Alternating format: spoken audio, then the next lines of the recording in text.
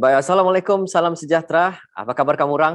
Terima kasih kerana bersama kami di BKK TV Live Session untuk hari ini.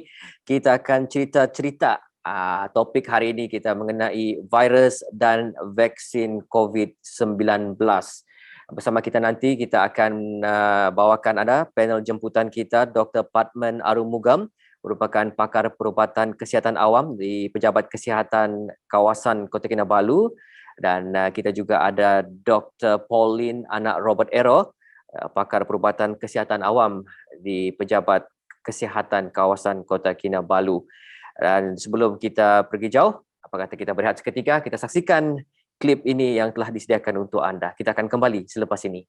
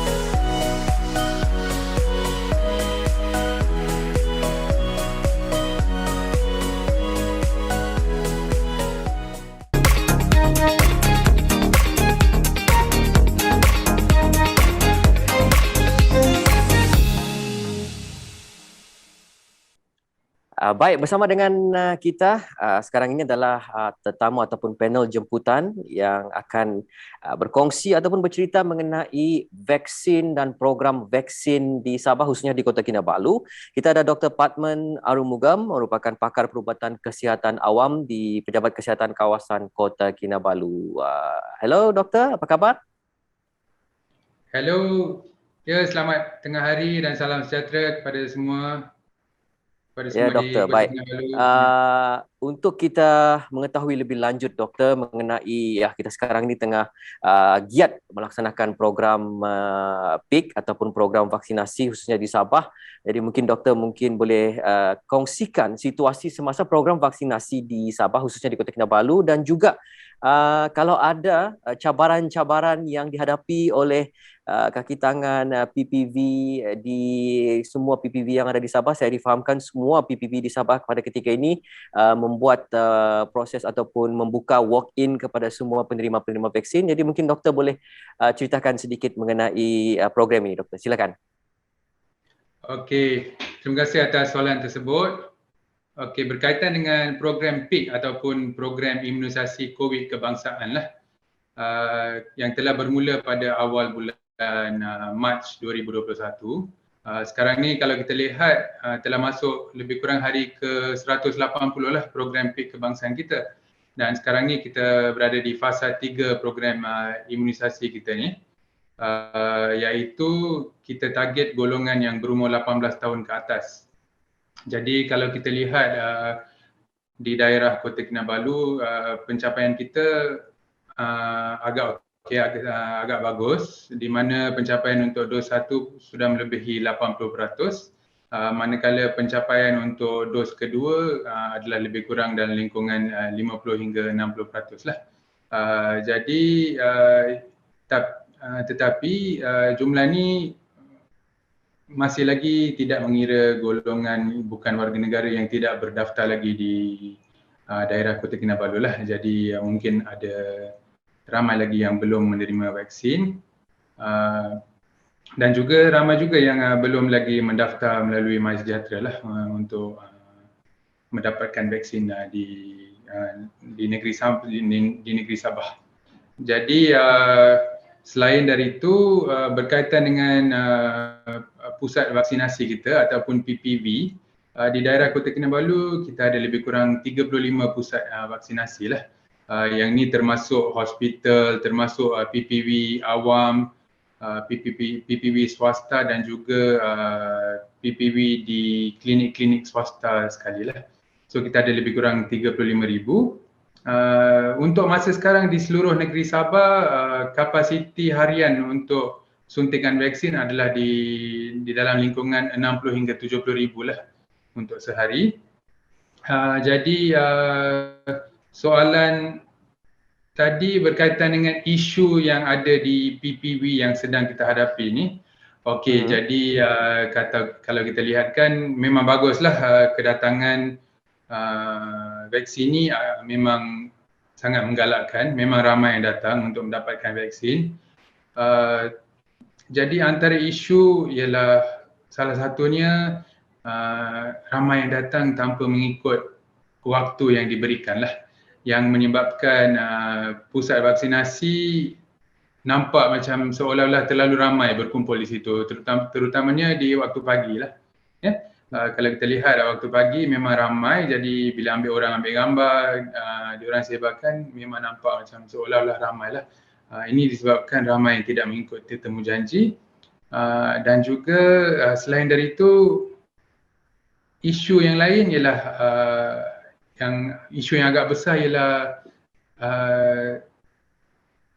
ada segelintir diorang suka memilih vaksin. Bila datang ke situ dia nak sama ada dia nak vaksin A ataupun vaksin B. Jadi bila ketiadaan vaksin yang dikehendaki, maka berlaku sedikit masalah di situlah. Jadi ini melambatkan proses untuk mendapatkan vaksin untuk rakyat terutamanya di Kota Kinabalu lah. Selain itu ada juga yang menyebarkan maklumat palsu berkaitan dengan PPV lah.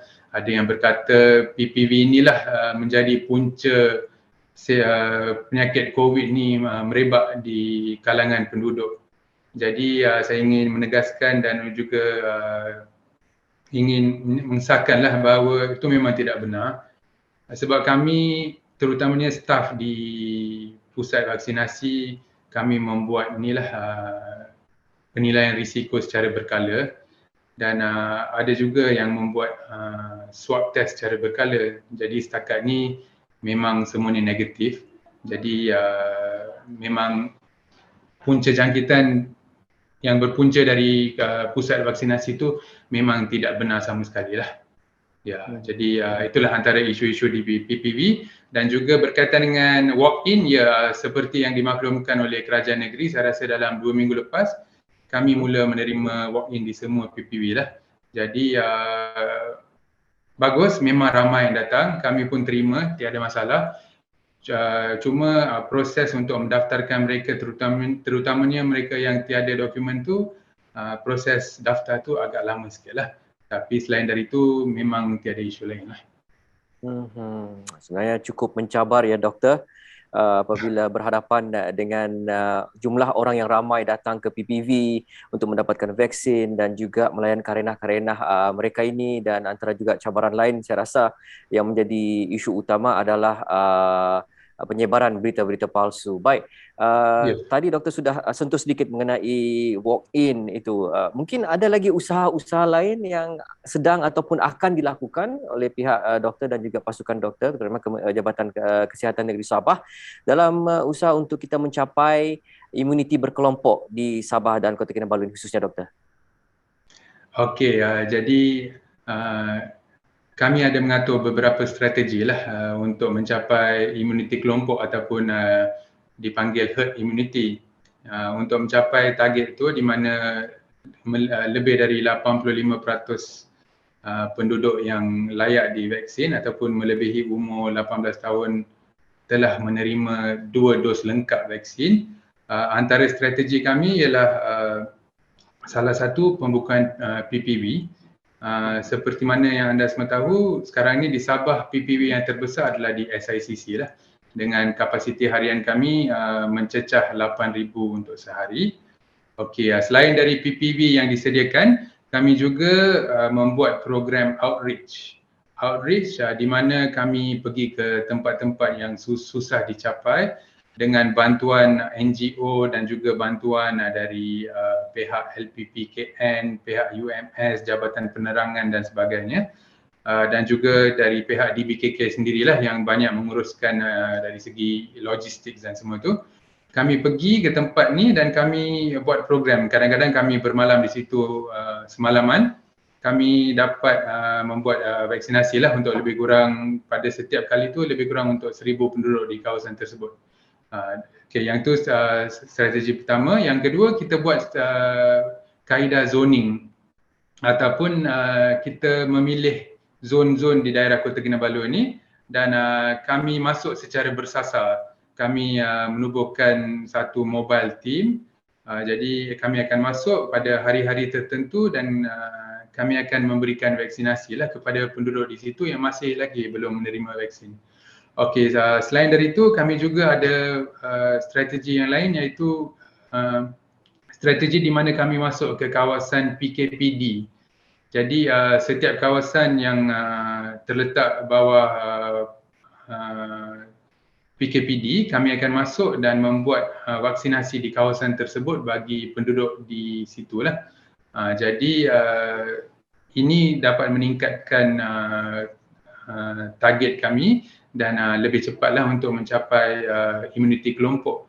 Selain dari itu, kami juga membuat satu lagi strategi, iaitu kami tertumpu pada golongan yang high risk. Golongan high risk ni bermaksud mereka yang menghidapi penyakit kronik seperti kencing manis, darah tinggi dan sebagainya, dan juga golongan warga emas melebihi umur 60 tahun. Ada juga yang terlepas yang belum divaksin lagi. Jadi kami mencari mereka melalui database kami, melalui gabungan dari pihak klinik kesihatan dan juga klinik swasta. Kami mendapatkan maklumat mereka dan kami cuba menghubungi mereka dan mengatur untuk mereka divaksin lah. Dan juga kami ada membuat vaksinasi ke rumah, terutamanya bagi mereka yang terlantar pesakit stroke yang tidak boleh datang ke klinik dan sebagainya. Kami mendapatkan nama dari klinik kesihatan dan kami membuat lawatan ke rumah untuk memberikan vaksin di rumah lah. Strategi yang latest, strategi yang terbaru, kami juga merancang untuk membuat program vaksinasi untuk golongan umur dari 12 hingga 17 tahun yang diharapkan akan bermula pada pertengahan bulan September inilah. Jadi sekarang ni kami dalam fasa perancangan dengan pihak pendidikan daerah untuk mendapatkan tempat yang sesuai dan sebagainya. Jadi apabila semuanya sudah siap sedia, kami juga akan mulakan vaksinasi bagi golongan tersebutlah dari umur 12 hingga 17 tahun. Okay. Itu saja.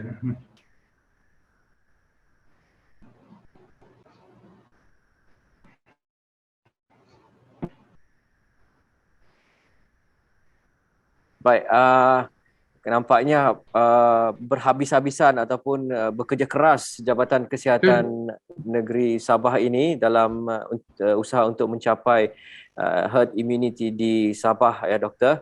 Dan kita pun sedia dimaklum juga ada Ya. bekalan vaksin baharu yang sampai ke Sabah.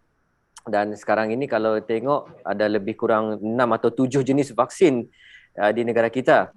Jadi mungkin doktor boleh terangkan sedikit mengenai perbezaan vaksin-vaksin ini dan mungkin ada kesan sampingan yang berbeza juga kepada penerima vaksin. Okey, kalau kita lihatkan, kita ada 4 vaksin yang digunakan di negara Sabah untuk setakat inilah, iaitu vaksin jenis Pfizer, vaksin jenis Sinovac, vaksin AstraZeneca dan juga vaksin terbaru iaitu CanSino. Jadi vaksin CanSino dan juga vaksin Sinovac adalah keluaran dari negara China, manakala Pfizer adalah dari negara Amerika Syarikat dan AstraZeneca dari UK. Okey, kalau dilihatkan, ada sedikit perbezaan antara vaksin ini di mana cara mereka dihasilkan. Di mana vaksin Sinovac dengan di mana vaksin AstraZeneca dan CanSino mereka menggunakan kaedah viral vector, di mana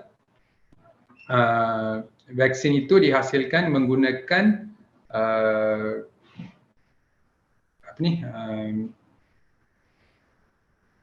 virus yang telah diniaktifkan ataupun dilemahkan daripada sumber lain.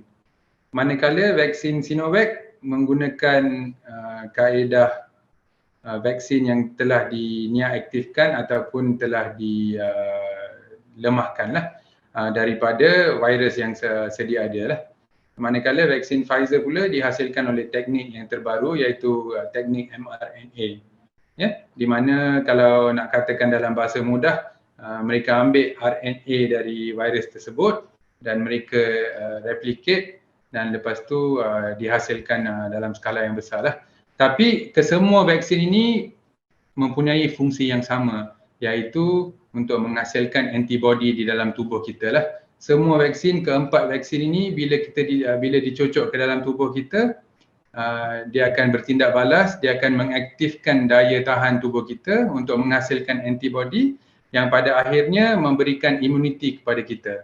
Ya. Jadi antara beza di antara semua vaksin ini adalah Pfizer dan Sinovac. Pfizer, Sinovac dan AstraZeneca adalah jenis yang 2 dos, di mana Pfizer dan Sinovac selepas dos pertama diberi perlu tunggu selama 3 minggu untuk mendapatkan dos yang kedua. Okey, manakala vaksin AstraZeneca setelah dicocok kita perlu tunggu di antara 6 hingga 8 minggu untuk mendapatkan dos yang kedua. Dan yang terbaru vaksin CanSino ini merupakan vaksin single dose ataupun satu dos saja diperlukan.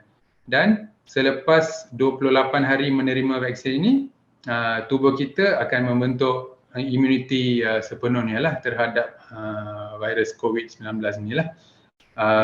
Jadi vaksin CanSino ini akan sampai di negeri Sabah dalam masa terdekat inilah. Dan kita akan utamakan golongan tertentu yang sukar dicapai untuk mendapatkan vaksin jenis CanSino yang hanya memerlukan single dose sahajalah. Jadi dari segi kesan sampingan, keempat vaksin ini memang kesan sampingan dia lebih kurang sama saja, iaitu ada setengah orang tu memang mereka takkan ada apa-apa kesan sampingan lah. Lepas cocok memang seperti biasa. Ada segelintir tu mereka akan mendapat kesan sampingan. Kesan sampingan ni kerana tubuh kita, sistem daya tahan tubuh kita telah diaktifkan. Jadi untuk membina antibody dalam tubuh, peredaran darah dalam tubuh kita akan menjadi lancar dan menjadi banyak. Oleh itu suhu badan kita juga akan meningkat Jadi ada sesetengah orang tu akan mendapat simptom seperti demam, sakit tubuh, sakit urat dan sebagainya lah. Tapi simptom-simptom ni biasanya bertahan selama 2 hingga 3 hari maksimum lah.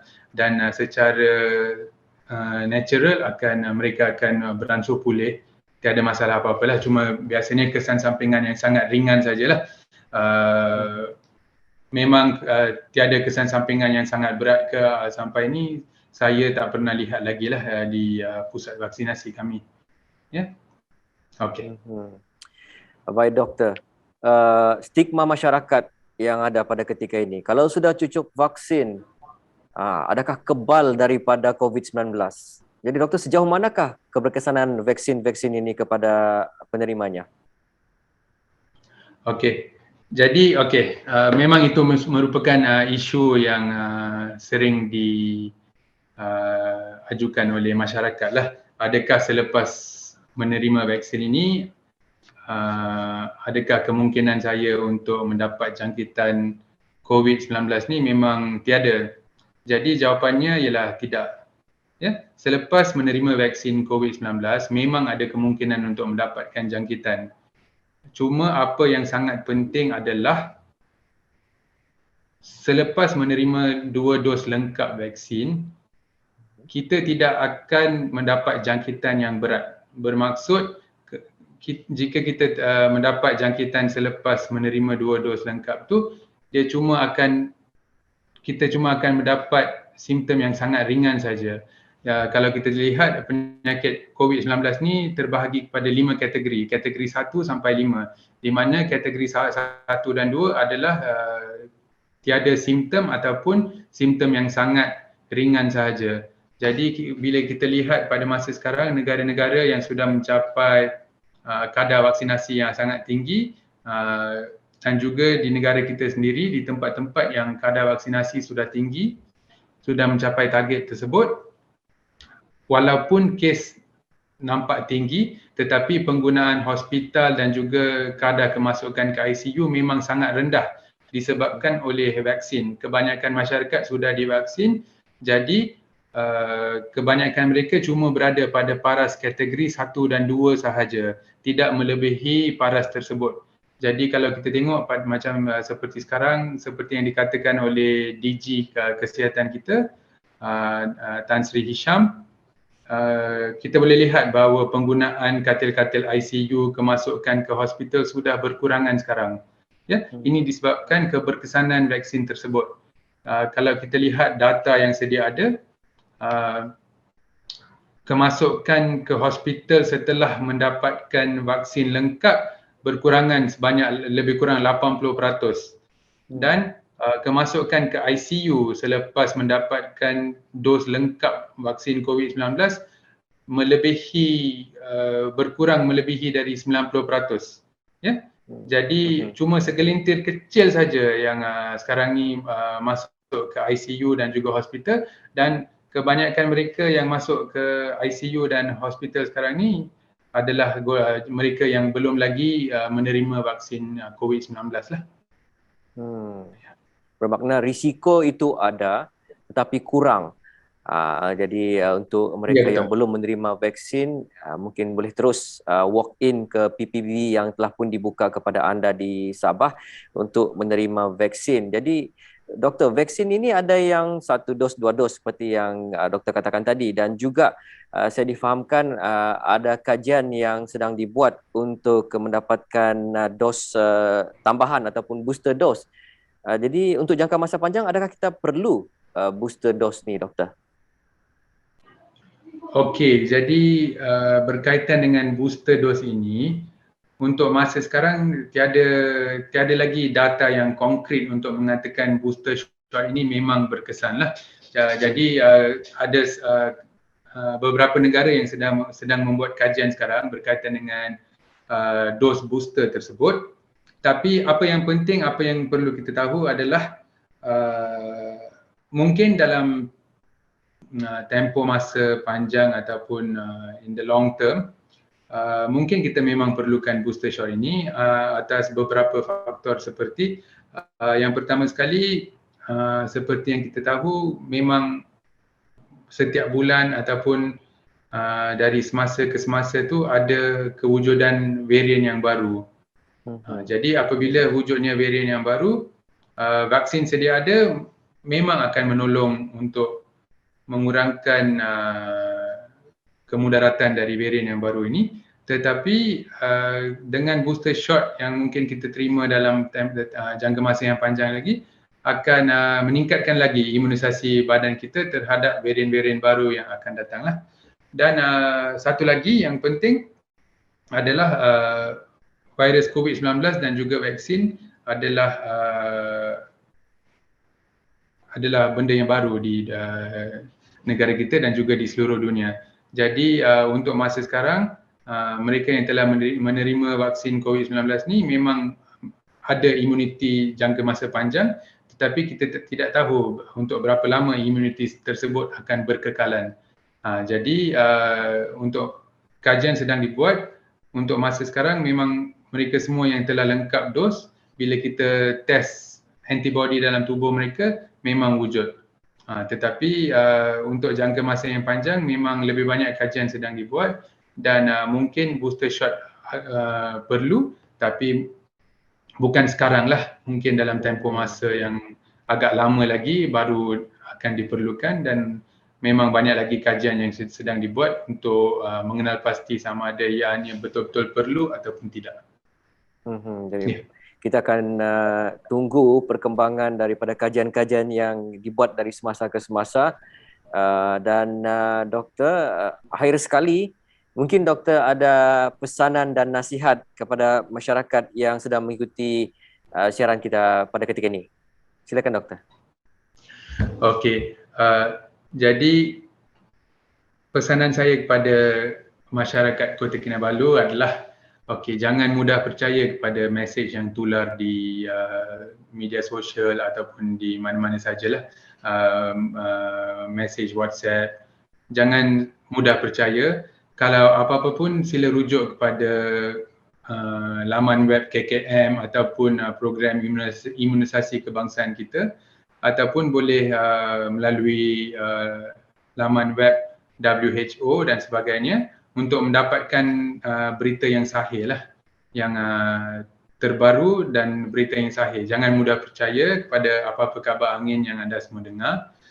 Selain dari itu, memang anda semua perlu percaya kepada data yang diterbitkan oleh pihak WHO dan juga oleh pihak Kementerian Kesihatan Malaysia lah. Sangat mudah sebab sekarang ni kalau anda lihat kepada sesiapa yang belum mengambil vaksin lagi, cuba lihat di sekitar anda, kawan-kawan anda, ahli keluarga anda semua yang sudah menerima vaksin. Jadi selepas menerima vaksin, ada tak kalau mereka mendapat COVID, ada tak keperluan mereka untuk masuk ke hospital ataupun mereka berada di tahap yang serius? Saya pasti jawapannya tidak. Jadi anda boleh lihat sendirilah, boleh tanya dengan kawan-kawan mereka yang menerima semua jenis vaksin, jenis Sinovac, jenis Pfizer, jenis AstraZeneca ataupun yang terbaru jenis CanSino. Saya pasti ada kawan-kawan anda ataupun ahli keluarga yang sudah menerima vaksin tersebut. Tanya je ada tak apa kesan sampingan selepas menerima vaksin. Dulu kita dengar, kalau cocok vaksin, alamak lepas tu ada yang matilah, ada yang macam-macam. Tapi kita boleh lihat di sekitar kita, tanya je siapa lepas menerima vaksin, kesemua mereka okey saja, tiada masalah.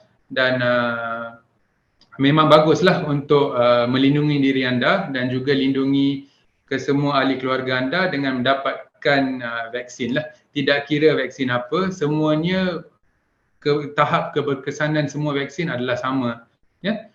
Tidak perlu risau, kesan sampingan pun sangat ringan saja, mungkin dapat ada demam sikit dengan sakit urat sikit, begitu sajalah. Jadi kepada mereka yang belum lagi mendaftar melalui MySejahtera, saranan saya dan pesanan saya supaya anda semua segera mendaftar melalui MySejahtera. Bagi mereka yang tidak mempunyai MySejahtera, anda boleh walk in kepada mana-mana PPV yang disediakan di Kota Kinabalu dan juga di sekitar Sabah. Anda boleh mendapatkan vaksin anda, tidak kira vaksin apa, semuanya berkesan, tiada masalah. Jadi saya harap kita di negeri Sabah ni akan mencapai herd immunity secepat mungkin. Dengan bantuan seluruh rakyat Sabah, saya yakin kita boleh mencapai target ini dalam masa terdekat. Jadi itu saja dari saya. Terima kasih. Baik, Doktor, terima kasih. Tidak pasti, jangan dikongsi. Kalau belum cucuk vaksin, terus cepat-cepat daftar di MySejahtera ataupun sekarang ni walk in di mana-mana PPV yang dibuka di Sabah supaya kita dapat mencapai target ataupun herd immunity khususnya di Kota Kinabalu juga. Itu dia tadi Dr. Padman Arumugam. Terima kasih Doktor atas penjelasan yang cukup ringkas dan padat bersama dengan kita hari ini bercerita mengenai virus dan vaksin. Jadi kita akan ke panel yang seterusnya, tetapi sebelum itu kita berehat dan kembali selepas ini.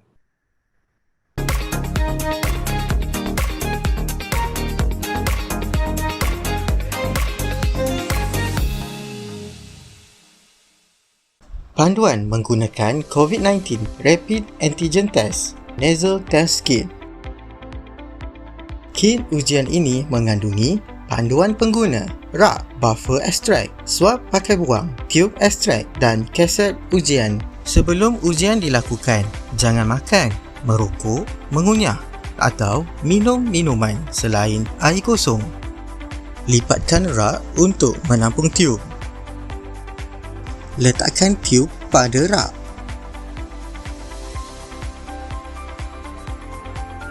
Titiskan 6 titisan ekstrak buffer. Buka swab pakai buang dari bungkusan. Sapu 5 kali menggunakan hujung fabrik pada dalam mulut, pipi kiri, pipi kanan dan lelangit. Masukkan swab ke dalam tube yang mengandungi buffer. Masukkan hujung fabrik dan swab ke dalam lubang hidung yang pertama, iaitu 2 cm ke dalam hidung. Ulang langkah yang sama untuk lubang hidung yang seterusnya. Letakkan swab kedua ke dalam tube yang sama. Rendam swab tersebut dalam buffer dan kacau dengan kuat selama 10 kali. Picit kedua-dua swab untuk kumpul sebanyak yang mungkin larutan di dalam tube. Buang swab terpakai ke dalam beg sampah yang dibekalkan dan tutup zip dengan kemas. Tutup tube dengan penutup penitis dan campur larutan sampel. Koyak secara perlahan dari bungkusan dan keluarkan kaset ujian.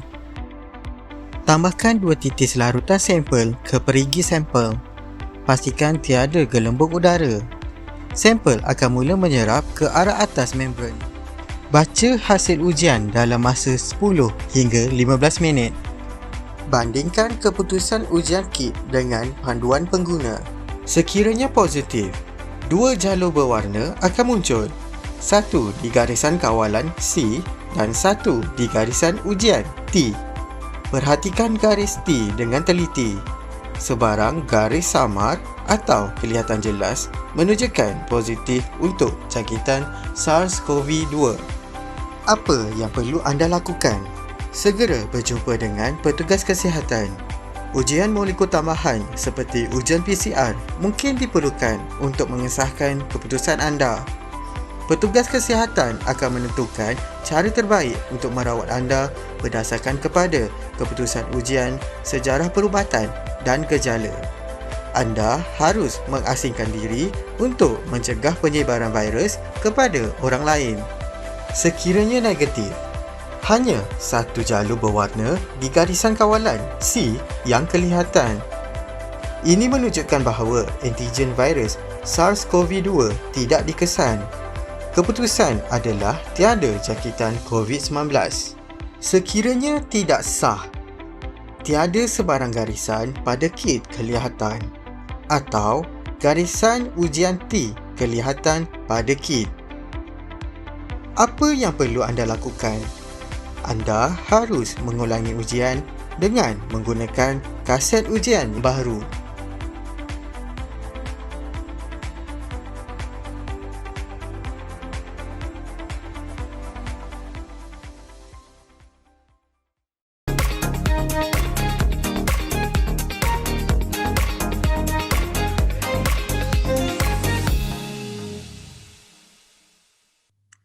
Baik, sebentar tadi kita bersama dengan Dr. Padman, panel pertama kita, dan sekarang kita beralih ataupun bertukar dia pas baton kepada panel kedua, Dr. Pauline anak Robert Ero, pakar perubatan kesihatan awam, pejabat kesihatan kawasan Kota Kinabalu. Hello Doktor, how are you?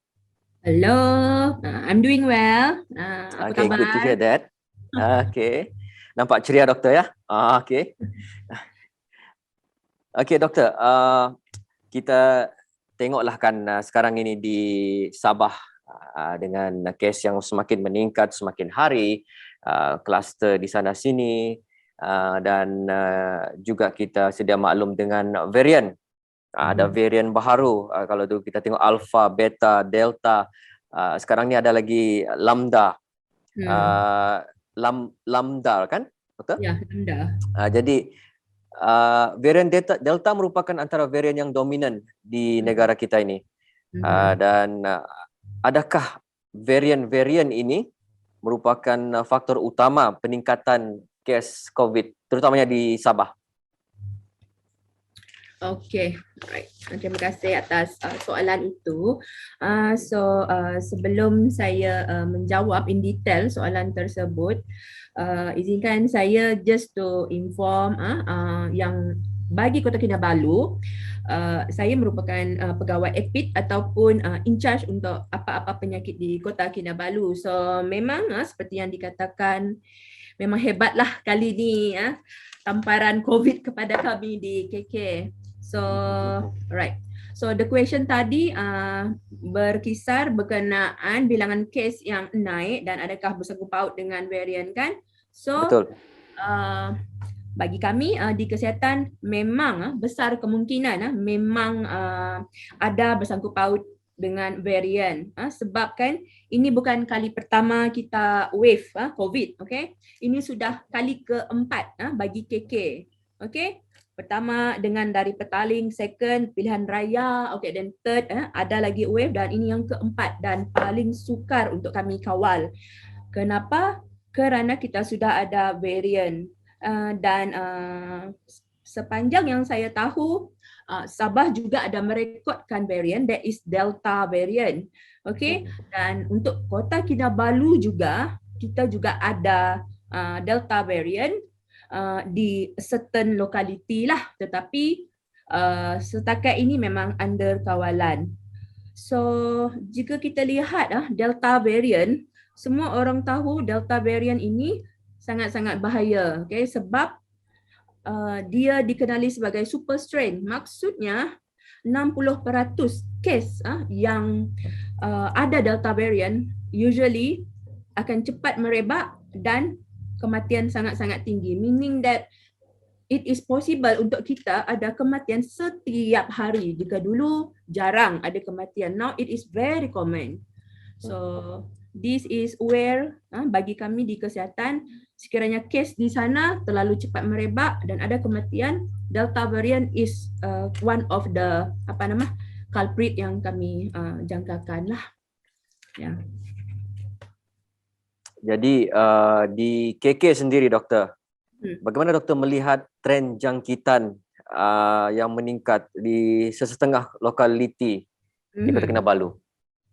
Okay, actually part of the jawapan yang ini tadi Dr. Padman ada mention sebenarnya, dan I think anyone yang very alert dengan news semasa memang akan tahu bahawa jangkitan COVID di KK memang sangat-sangat mendadak. Okay, so di samping itu kes naik, kematian juga sangat-sangat naik. So what we can see trend tersebut, satu, majority case COVID kita kali ini adalah mereka yang berumur 20 hingga 60 tahun. Okay, jadi maksudnya mereka ini merupakan golongan yang bekerja dan dan banyak pergerakan. So this is why certain case kami baru di-declare di contohnya Tanjung Aru tiba-tiba boleh pergi menggatal because of movement mereka. Okay. And then majority case kita melibatkan warga negara Malaysia. Okay. At first saya agak takutlah sekiranya banyak di kalangan bukan warga negara sebab very hard untuk kami kawal dan cari. Tetapi surprising, most of our case adalah Malaysian. Dan daripada kesemua kes COVID kami di KK, hanya 15% mereka complete vaksinasi. Maksudnya vaksin tersebut belum sampai kepada mereka. That's why the kesedaran itu memang kami terpaksa increase all the efforts lah. Alright? Baik, 15% tadi doktor di Kota Kinabalu dan ini juga sebenarnya menjejaskan usaha kerajaan dan juga Jabatan Kesihatan ataupun Kementerian Kesihatan sendiri, sebab tadi pun Dr. Patman sudah mengatakan bahawa kalau sudah lengkap 2 dos itu akan mengurangkan risiko jangkitan, tetapi kalau yang belum lagi divaksin itu adalah antara penyebab utama merebaknya jangkitan ini atau menular ke satu lokaliti. Doktor pun cakap tadi banyak pergerakan. Jadi mungkin ramai yang mau pergi sana, mau pergi sini, walaupun dia tahu dia belum kena vaksin dan dia pun tidak sedar atau tidak tahu dia sudah dijangkiti oleh virus ini. Dan yang sekarang ini tengah panas doktor juga adalah self-test RTK kit ataupun RTK antigen. Ini kalau pergi farmasi ataupun mungkin order online sudah boleh dapat. Jadi boleh test sendiri, boleh buat swab test sendiri di rumah. Jadi ini doktor masih lagi baru. Bagaimana pandangan doktor dengan alat ini? Adakah ia dapat membantu mengesan jangkitan virus pada peringkat awal dan berapa peratus? Okay, regarding the self test RTK itu, daripada ayatnya kita sudah dapat tahu bahawa rapid test kit maksudnya dia punya result akan keluar cepat. So this is the latest phenomenon lah. Di KK memang saya ada banyak mereka ini datang ke klinik membawa kit itu, and it is good actually sebab with populasi KK yang 560,000 lebih ni, this is the way we can go forward. So just for information, self test RTK itu fungsinya adalah hanya untuk saringan. Maksudnya kalau you rasa you close contact, tidak bergejala tapi you takut you punya status, so you use that test kit. Dia boleh memberikan sedikit result di mana adakah kamu itu kemungkinan COVID atau kemungkinan tidak. Sebab apabila seseorang itu menggunakan self-test kit itu, jika positif, mereka memang kita arahkan untuk sama ada datang ke klinik fasiliti kita untuk membuat PCR. Sebab di sini PCR adalah untuk confirmation lah sebab dia memang gold standard. So this RTK memang dia banyak membantulah sebab some area sebab kita pun kekangan juga untuk cari semua yang positif. So this is one of the good way lah. So berdasarkan current paper dan juga study yang dibuat Malaysia, untuk rapid test kit RTK ini sensitivity adalah 83.2%. Maksudnya kemampuan dia untuk detect case adalah 83.2%. You see? Dan bila kita baca lagi, specificity dia adalah 99.2%. Maksudnya, jika negatif, memang 99.2% memang tepat. So dengan syarat itulah mereka pilih this test kit sebagai norma baru kita lah. And actually untuk kesihatan memang banyak membantu kami sebenarnya. Ya, memudahkan sebenarnya. Sebab kadang-kadang di satu-satu tempat atau di klinik kesihatan tu congested, orang ramai datang membuat saringan RTK, jadi kemampuan harian untuk membuat saringan juga agak terhad. Jadi self-test RTK ini membantu bukan saja di frontliners tetapi juga kita sendiri. Kalau mau buat di rumah pun boleh. Jadi dan sudah dikatakan 90% boleh memberikan membantu mengesan jangkitan virus pada peringkat awal. Tapi kalau rasa was-was, boleh terus buat PCR. Itu kena pergi klinik. Okey doktor, selain daripada self-test RTK ni, antara norma baru juga dalam kehidupan kita, saya rasa Ketua Pengarah Kesihatan juga pernah membuat saranan double face mask di tempat-tempat awam yang crowded, congested, dan ini untuk mengelak daripada dijangkiti virus. Tapi kesedaran bukan saja yang tidak mau pakai mask, tapi sudah pakai mask, lepas pakai mask dia buang merata-rata. Tidak dilupuskan dengan cara yang betul. Begitu juga dengan self-test RTK itu tadi, yang masih baru, sudah test, negatif, terus buang. Jadi mungkin doktor boleh bagi nasihat ataupun saranan cara pelupusan yang betul untuk kedua-dua face mask dan juga RTK. Alright. Okay. Sebenarnya konsep untuk pelupusan face mask dengan RTK kit ini dia hampir sama, okay. Cumanya sekarang ini face mask memang I agree with you di mana-mana ada face mask, okay, dibuang di tepi jalan, di depan pejabat. So memang menjadi norma baru lagi. So untuk face mask itu memang yang double lapisan is the best sekarang ini. Namun demikian bagi mereka berada di pejabat, sometimes kita tidak pakai double lah, just one is adequate lah. So jika lihat untuk face mask ini bagi yang biasa, there is a reason kenapa di tepi dia ada macam tali, okay. So bila kita buka, kita akan putuskan one of the tali. Kemudian tali itu dia boleh bertindak sebagai pakai dia untuk untuk ikat mask tersebut. Sebab apa yang penting adalah bila mask itu dilipat mesti ke arah dalam. Sebab kita expect the virus di bahagian luar mask itu. That means dia masih tutup di dalam, so that tidak expose. So that is the most important, dan biasanya kami akan ikat, so just buat dia small. So that tidak memenuhkan sampah sangat kan. Dan apa yang penting, face mask itu tidak boleh di-recycle. Okay? Sebab saya ada terima banyak pertanyaan dari publik, can I recycle my face mask? Sebenarnya satu face mask per day lah, tapi sekiranya face mask tersebut basah, terkoyak, so you have to change it lah, right? So memang tidak boleh di-recycle, dan paling penting bila buka the face mask, you sudah sentuh bahagian luar, meaning you have to cuci your tangan properly dengan air dan sabun. So just simple as that lah untuk the face mask. Tapi untuk RTK kit, kita menggunakan SOP Kementerian Kesihatan, di mana kita bahagikan kepada sebelum buat test, semasa buat test, dan lepas habis test. Okay? So biasa orang bila dia nak pakai RTK kit tu, dia tak baca habis. That is where the problem is. Sebab ada yang mungkin tidak cukup equipment lah. So these are the important things. Everyone dia mesti baca kit itu, sebab kita tidak biasa dengan kit itu.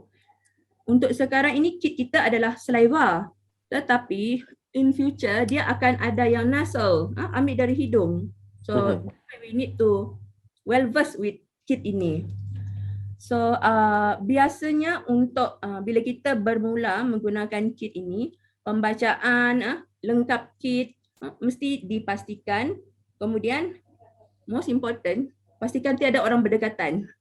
Meaning you tidak boleh buat di tengah-tengah klinik duduk sebelah kawan ambil swab tu, jangan. Alright, that's why one of kriteria kami arahkan dia buat itu jangan di tempat awam ataupun dekat orang lain. Tapi ada certain orang dia takut lah. So mungkin dia suruh kawan dia buat untuk dia kan. So kawan dia itu mesti pakai mask dan glove. So it will be okay lah. Kemudian semasa tidak banyak sangat, sebab keputusan tersebut mesti dibaca dengan betul. Maksudnya jika arahannya baca keputusan in 5 minutes, jangan baca dia in 1 minute. So result dia akan mungkin berbeza. So sebab itu pembacaan tu mesti betul. And the last exactly sebagaimana kita punya face mask, this one also apabila kita sudah habis simpan di dalam plastik. And I think now is a trend kan, people dia semua dia punya plastik tu. Yes, that is one good way Betul. kan. Yes, that is the thing that we can do kan, cuci tangan kita. So basically dia tidak complicated sangatlah. Jadi aspek yang paling utama di sini doktor adalah kebersihan, hygiene. Jadi kalau face mask itu sendiri sudah pakai, jangan pakai balik besok. Pastikan pakai yang baru untuk mengurangkan risiko jangkitan. Baik, doktor, satu soalan tambahan di sini. Tadi dengan Dr. Patman juga kita bercerita mengenai vaksin, keadaan ataupun situasi semasa program vaksinasi di KK khususnya dan usaha untuk mencapai herd immunity. Ada juga masyarakat doktor, terutamanya golongan wanita, ibu. Kalau saya mengandung ataupun saya mempunyai penyakit darah tinggi dan sebagainya, vaksin itu sendiri macam saya tidak berani mau ambil tu vaksin, terutama kepada ibu-ibu mengandung. Apa respon doktor untuk ini? Okey, sebelum pemberian vaksin kan, I think bagi yang sudah ambil vaksin, dia akan tahu panjang dia punya soalan tu. Betul, interview lagi. Soalan, yes, it's very important. Sebab soalan itu akan memberikan gambaran, are you eligible? Bolehkah kami bagi vaksin kepada anda? Adakah vaksin ini akan memudaratkan? So, bagi wanita-wanita yang hamil, mereka yang mempunyai kandungan lebih daripada 14 minggu, tiada isu untuk mengambil vaksin. Tetapi, I agree with you, kebanyakan mereka yang diberi vaksin, yang pregnant tu memang kurang. Mungkin we need to increase kita punya kempen kesihatan dan media so that mereka ini tidak tertinggal lah for this vaccine, because as we know pregnancy membuatkan sistem imun badan wanita itu semakin rendah. Maksudnya dia senang untuk dapat jangkitan. So for me memang one of the approach lah daripada apabila kita masuk ke kampung-kampung untuk outreach. So it doesn't mean juga bila kita pregnant tidak akan dapat COVID. Kita ada banyak, saya husband COVID, dia COVID, baby pun COVID. So like that lah. Yes. Kita harapkan ramai lagi golongan ibu yang hamil ini mempunyai kesedaran yang tinggi. Sebab bukan untuk satu nyawa tapi untuk dua ataupun lebih daripada dua nyawa. Dan dapatkan vaksin di PPV yang telah pun dibuka untuk orang KK lah kan. Jadi akhir sekali doktor, pesanan dan nasihat doktor kepada masyarakat Sabah khususnya di KK ini. Alright. Saya mewakili Pejabat Kesihatan Kawasan Kota Kinabalu. Basically saya ingin menyeru agar semua masyarakat kita bekerjasama dengan kami untuk menangani COVID ini. Kami tidak dapat melakukannya sendirian. We need all the players bersama-sama. Jadi perkara-perkara yang masyarakat boleh bantu kita, we don't need you to come and bantu kami angkat barang, tidak. Tapi pastikan diri anda menggunakan PPE apabila keluar dari rumah ataupun mana-mana event. Dan kurangkan pergerakan ke kawasan sesak. Contohnya ke pasar, macam sama. I think everybody tahu kan, berkali-kali saya punya kluster di sana. So it is a very padat punya area. Dan yang paling penting sekarang, we need to get vaccine. Alright? What we can do, tim Dr. Patman memang sudah try sehabisnya lah, SICC lah, PPV and then private pun ada, kemudian outreach pun ada. So we have tried apa yang kita boleh fikir lah. But yang penting di sini, kita mesti ingat bila kita tidak ambil vaksin itu, dia bukan hanya affect you, your family. So bagi mereka yang layak terima vaksin, please dapatkan vaksin suntikan tersebut, sebab kita juga ada orang-orang yang tidak layak untuk divaksin. Contohnya anak-anak kita. So at least mereka tidak dapat COVID lah. But otherwise should be kita dapat survive lah this COVID. That's all. Kita harapkan jugalah doktor ya. Apa yang penting kerjasama. Sebab saya rasa pihak KKMM itu sendiri sudah 2 tahun ini bertungkus lumus memerangi COVID.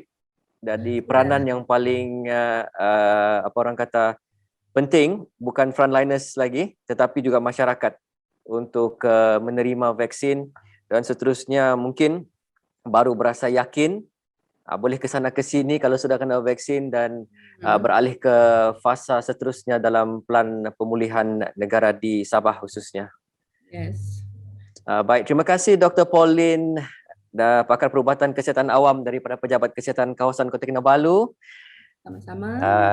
Kita akan mungkin insyaAllah kalau ada masa kita akan bercerita lagi mengenai antara program-program vaksinasi di Sabah ini dan kita harapkan juga semoga dipermudahkan segala urusan frontliners kita dalam program vaksinasi doktor. Terima kasih doktor. Terima kasih. Baik.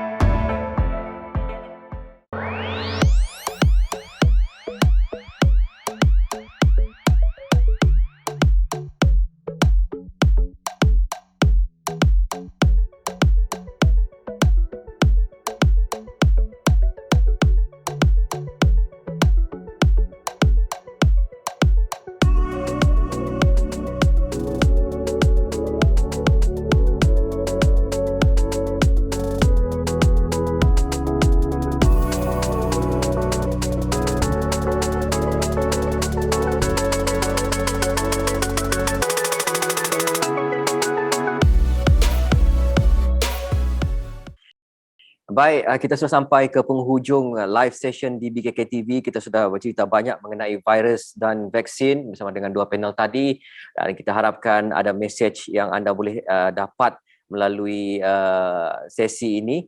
Yang paling utama sekali adalah kalau anda sayang diri anda, sayang keluarga anda, sayang orang sekeliling anda, untuk melindungi kita semua anda perlu pergi cucuk vaksin.